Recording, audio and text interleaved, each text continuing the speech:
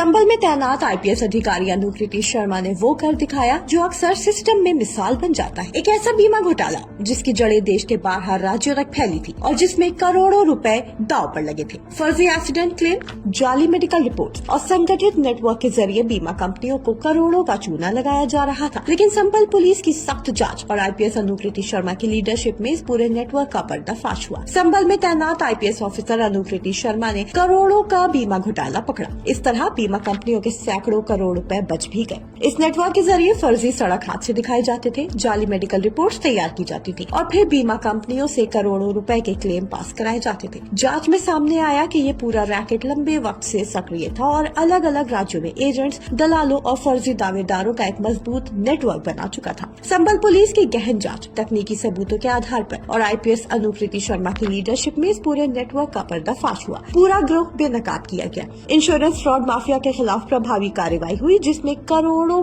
के बीमा घोटाले का खुलासा हुआ। नतीजा ये रहा कि एक बड़ा आर्थिक अपराध कानून के शिकंजे में आ गया। बीमा कंपनियों के सैकड़ों करोड़ बच भी गए। इसी ईमानदारी का असर जमीन पर भी दिखाई देने लगा। प्रभावी पुलिसिंग के बाद बीमा कंपनियों ने संभल पुलिस के लिए सिर्फ प्रशंसा ही नहीं की बल्कि जमीनी स्तर पर सहयोग भी किया। बीमा कंपनियों ने संभल पुलिस के लिए कई काम किए हैं। टाटा एआईजी जनरल इंश्योरेंस ने 15 थानों में महिला पुलिस कर्मियों के बच्चों की देखभाल के लिए स्पेशल रूम बनवाए हैं ताकि ड्यूटी के दौरान माताओं को चिंता न करनी पड़े। वहीं आईसीआईसीआई और इंडिया फर्स्ट बीमा कंपनी ने 15 थानों में महिला पुलिस कर्मियों के लिए स्कूटी उपलब्ध कराई है जिससे उनकी फील्ड ड्यूटी और भी आसान हो सके। ये पहल सिर्फ सुविधाओं की नहीं है बल्कि ये भरोसे की उस डोर को दिखाती है जो पुलिस और समाज के बीच बनती है। संभल पुलिस की ये कार्रवाई ये साबित करती है कि जब सिस्टम ईमानदारी से काम करता है तो नतीजे सिर्फ फाइलों में नहीं बल्कि जमीन पर भी दिखाई देते हैं।